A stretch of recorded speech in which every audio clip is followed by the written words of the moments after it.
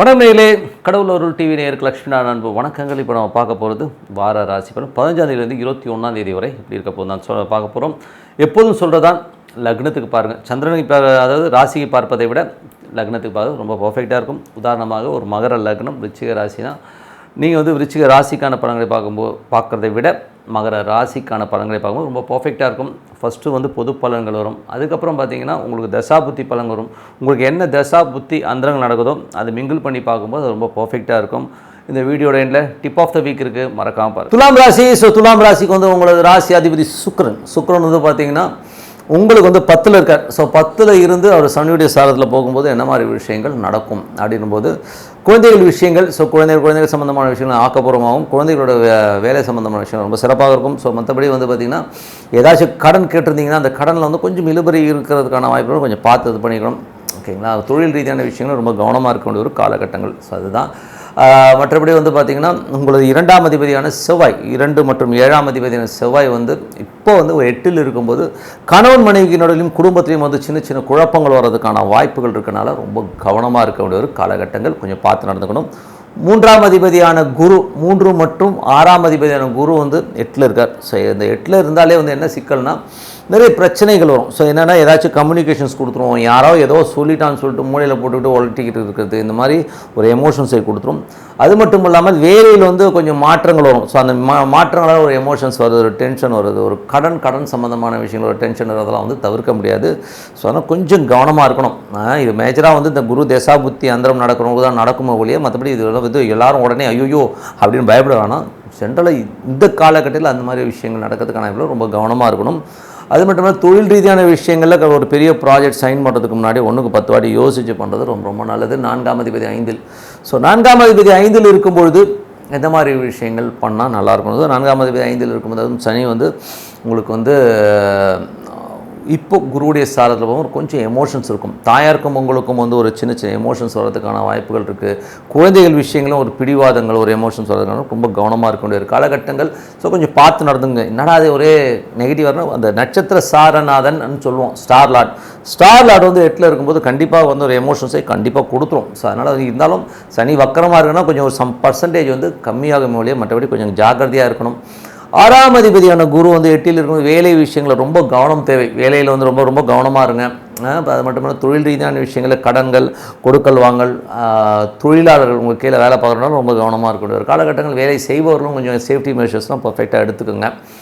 7ஆம் அதிபதியான செவ்வாய் 8ல் இருக்கும்போது கணவன் மனைவிக்கு தேவையில்லாத ஒரு வாக்குவாதங்கள் ஒரு ஸ்ட்ரெஸ் வர்றதுக்கான ரொம்ப கவனமாக இருங்க. இதெல்லாம் வந்து ஒரு அந்த கிரகங்கள் அங்கே இருக்கிறனால கொஞ்சம் கவனமாக இருக்கணும். மற்றபடி வந்து 9ஆம் அதிபதியான புதன் வந்து 10ல் இருக்கும்போது வெளிநாட்டில் இருக்கவங்க வந்து ஒரு பெருத்த லாபங்கள் நல்ல விஷயங்கள் நடப்பதற்கான ரொம்ப நல்லா இருக்குது. தந்தை சார்ந்த விஷயங்கள் ரொம்ப சிறப்பாக இருப்பதற்கான ரொம்ப நல்லா இருக்குங்க.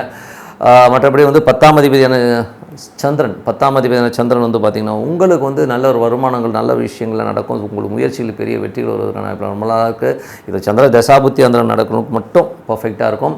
மற்றபடி வந்து 11ஆம் அதிபதியான சூரியன் வந்து 10ல் இருக்கும்போது நல்ல லாபங்களை நோக்கி உங்கள் எண்ணங்கள் சொல்லும். பெரிய லாபங்கள் பெரிய வெற்றிகள் வருவதற்கான பட் இருந்தாலும் சூரியன் வந்து உங்களுக்கு குருடைய ஸ்டாரில் போகும்போது அந்த ஒரு 4 நாட்கள் வியாழக்கிழமை வரை வந்து ரொம்ப கேர்ஃபுல்லாக இருக்கக்கூடிய காலகட்டம். கொஞ்சம் பார்த்து நடந்துங்க. மற்றபடி வியாழன் வெள்ளி வரை இருக்கும். கொஞ்சம் பார்த்து நடந்துங்க. அதுக்கப்புறம் பார்க்கும்போது உங்களுக்கு வந்து நல்ல விஷயங்கள் நல்ல மாற்றங்கள்லாம் வரணும்னா ஒரு பிரார்த்தனை தான் ரொம்ப அவசியங்க. எல்லா கிரக நிலவங்கள்லாம் வந்து கொஞ்சம் ஏடாவடமாக இருக்கிறனால தான் இந்த மாதிரி சொல்ல வேண்டியது இருக்குது. மற்றபடி வந்து இப்போ வரை பார்த்து பொது பலன்கள் இப்போ வந்து தசாபுத்தி பலன்கள் எப்படி இருக்குன்னு பார்ப்போம். துலா லக்னமாக இருந்து சூரியன் தசாபுத்தி அந்தரங்கள் நடக்கிறவங்களுக்கு எப்படி இருக்கும். சூரியன் வந்து பார்த்திங்கன்னா உங்களுக்கு 10ல் இருக்குது. 10ல் இருக்கும். 11ஆம் தேதி 10ல் இருக்கும். தொழில் ரீதியான விஷயங்கள் பெரிய லாபங்களை நோக்கி நம்ம எண்ணங்கள் சொல்லும். பட் இருந்தாலும் சூரியன் வந்து முதல் ஒரு 4 நாட்கள் வந்து பார்த்திங்கன்னா உங்களுக்கு வந்து குருடைய சாரத்தில் போகும்போது கொஞ்சம் எமோஷன்ஸ் ஜாஸ்தி இருக்கும். கொஞ்சம் பார்த்து நடந்துக்கணும் வியாழக்கிழமை வர. அதுக்கப்புறம் எல்லாமே சிறப்பாக இருக்கும். அதுக்கப்புறம் பார்க்கும்போது உங்களுக்கு வந்து துலா லக்னமாகுது. சந்திர தசாபுத்தி அந்த நல்ல சிறப்பான ஏற்றங்கள் நல்ல லாபங்கள் நல்ல ஏற்றங்கள் வருவதற்கான முயற்சியில் பெரிய வெற்றிகள் சொத்துக்கள் சம்மந்தமான விஷயங்கள் ரொம்ப சிறப்பாக இருக்கும்.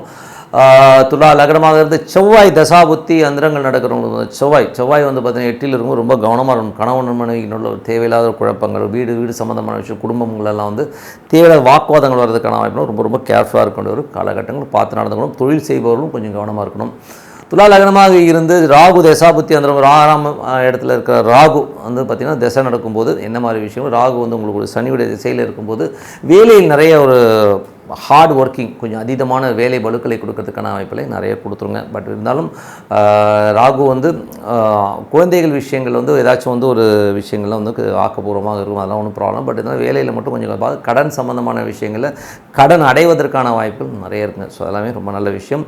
துலா லக்னமாக இருந்து குரு தசாபத்தி ரொம்ப கேர்ஃபுல்லாக இருக்க வேண்டிய காலகட்டம். வேலையிலும் சரி, மற்றபடி வந்து யாராச்சும் ஏதாச்சும் சொன்னாங்கன்னா கொஞ்சம் கவனமாக இருக்கணும். சிறு தூர பிரயாணங்கள் மேற்கொள்ள ட்ராவல் பண்ணும்போதும் கொஞ்சம் கேர்ஃபுல்லாக இருக்க வேண்டிய ஒரு காலகட்டங்கள். துலா லக்னமாக இருந்து சனி தசாபத்தி சனி வந்து பார்த்திங்கன்னா உங்களுக்கு குருவின் சாரத்தில் போகும் ரொம்ப கேர்ஃபுல்லாக இருக்கணும். தாயார் சம்மந்தமான விஷயம், குழந்தைகள் விஷயங்களை ரொம்ப கேர்ஃபுல்லாக இருங்க. அவங்ககிட்ட பேசும்போதும் பழகும்போதும் ரொம்ப கேர்ஃபுல்லாக இருக்க வேண்டியது ரொம்ப ரொம்ப அவசியம். துலா லக்னமாக இருந்து சனி புதன் தசாபுத்தி அந்த புதன் வந்து பார்த்திங்கன்னா உங்களுக்கு 10ல் இருக்கும்போது நல்ல ஏற்றங்கள் நல்ல லாபங்களை கொடுத்துரும். வெளிநாட்டில் வெளியூரில் இருக்கவங்களாம் வந்து பெரிய லாபங்கள் வருவதற்கான வாய்ப்பாக இருக்குது. ஸோ அதுக்கான அலைச்சல் சில பேருக்கு இருக்கும். ஸோ அதெல்லாம் வந்து பெரிய ப்ராப்ளம் இல்லை. துலா லக்னமாக இருந்து கேது தசாபுத்தி கேது வந்து சந்திரோடைய சாரத்தில் இருக்கும்போது தொழில் ரீதியான விஷயம் நிறைய அலைச்சல் கடன் வாங்குறதுக்கான வாய்ப்பு ரொம்ப ரொம்ப கவனமாக இருக்கக்கூடிய ஒரு காலகட்டங்கள்.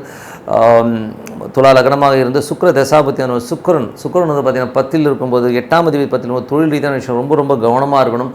அதனால் வந்து விரயங்கள் வர்றதுக்கான ரொம்ப கவனமாக இருக்கணுங்க. ஸோ கொஞ்சம் வந்து இந்த வாரம் வந்து நீங்கள் கொஞ்சம் கேர்ஃபுல்லாக இருக்க வேண்டிய ஒரு காலகட்டம். மற்றெல்லாம் ஒரு வார கிரகங்கள் தான் வேகமாக மாறக்கூடியது, கொஞ்சம் கவனமாக இருக்குங்க.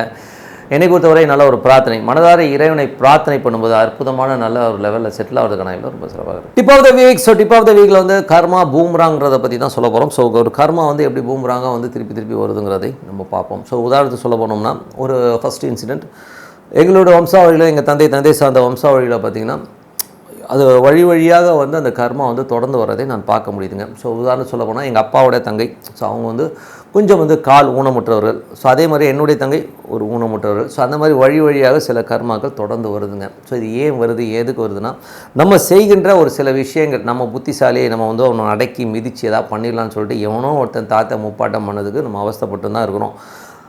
ஏங்க அவன் பண்ணதுக்கெலாம் நான் ஏங்க வந்து இந்த அவஸ்தை பண்ணோம் அப்படின்னு நீங்கள் கேட்குறது புரியுது. அப்படி கிடையாதுங்க, அவங்க தான் நாம, அதுதான் விஷயமே. ஓகேங்களா? ஸோ அந்த ஒரு ஜெனட்டிக் ஃபேக்டில் வந்து எப்படி சொத்துக்களை நம்ம வந்து வாங்கிக்கிறதுக்கு ஒரு அங்கீகாரம் இருக்கோ, இந்த மாதிரி இந்த பாவங்களையும் நம்ம வாங்கி அனுபவிக்கிறதுக்கான விஷயங்களை கண்டிப்பாக இயற்கை கொடுத்துருது. ஸோ இதில் வந்து இந்த மாதிரி விஷயங்கள் நடக்குமானா நிறைய நடந்திருக்கு. ஸோ என்னுடைய விஷயங்கள் வந்து பார்த்திங்கன்னா எனக்கு தெரிஞ்ச ஒருத்தர் என்னுடைய ரொம்ப தூரத்து சொந்தக்காரர், ரொம்ப ஜென்யூனான பர்சன். ஸோ நல்ல வேலை நல்ல விஷயங்கள் இருக்கும்போது நல்ல கணவன் மனைவியாக கல்யாணம் ஆகி ரொம்ப சந்தோஷமாக இருக்கார். முதல் ஆண்டுலேயே வந்து கர்ப்பமாகி ஒய்ஃப் வந்து ஊருக்கு போகிறாங்க.